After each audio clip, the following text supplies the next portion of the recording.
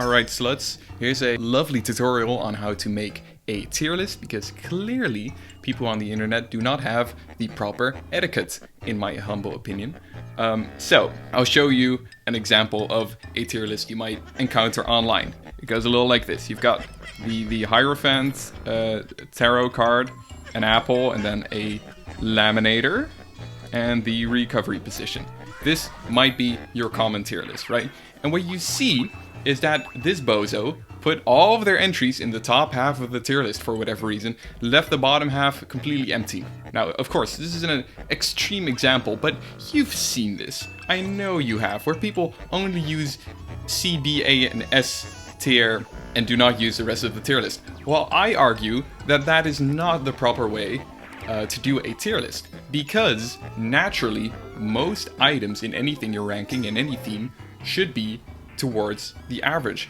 Items should always be ranked on, or should always be distributed normally. They should be in a bell curve distribution. So, if I reorder this, I think the Hierophant is mid, I think Laminators are mid, and I think the recovery position is quite good, like the apple. You already see that things are generally starting to lump around the middle, and if we add on to this tier list, you'll see palindromes, they're mid, Eternal Damnation, an inconvenience. I'd say that the veggie hot dog from the IKEA is kind of mid. I think Charleroi is quite awful, actually, not the worst out there, but I think the Observable Universe is mid. I think Public Executions are quite good, actually. I think the Division of North and South Korea was maybe a net loss. A normal distribution is starting to form around the middle, as would happen in pretty much anything you'd rank.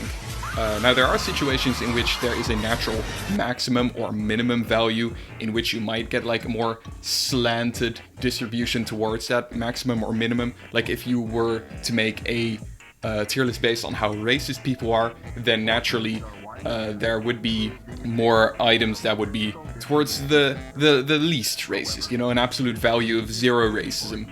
I would hope that most people would generally be there, and the outliers would be towards the more racist. Things should generally fall around the middle, and I know your brain doesn't like that because it's not symmetrical, but that's how things are ranked. That's how things are distributed. So, I saw this example, which inspired me to make this video, and why yes, I am neurodivergent. I saw this fucking tier list, some guy ranking all the Avatar The Last Airbender episodes. And I think you, the listener, and I, the creator, would agree that that is generally a very good show, and episodes are good. And this person reflected that in his tier list by ranking even the worst episodes, or in their eyes the worst episodes, in C tier, and the rest was above that. I get that you're trying to convey that even the worst episodes of Avatar The Last Airbender are still good, or at least mid, but that's not how a fucking tier list, or ranking for that matter, works. You're not ranking them based on a score of 1 to 10 or relative to animated shows in general. You're ranking those episodes relative to each other. The worst episode, no matter how good it still qualitatively is in F tier. It should be in F tier. It is the worst out of the items you are ranking relative to each other. If you were to rank, let's say, the top 10 skateboard tricks, there's 10 skateboard tricks, and you consider the number 10 spot, the boardwalk hooker. It is the worst, but you still consider it a good trick. You wouldn't put that in 5th place.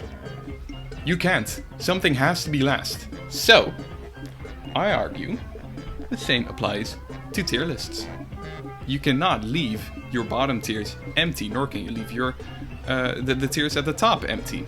This should lead to a normal distribution in your tier lists, where most things fall towards the middle, like this guy.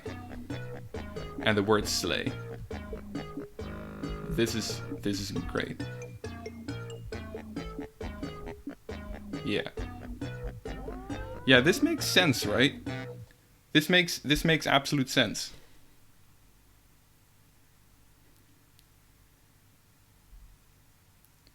Email me.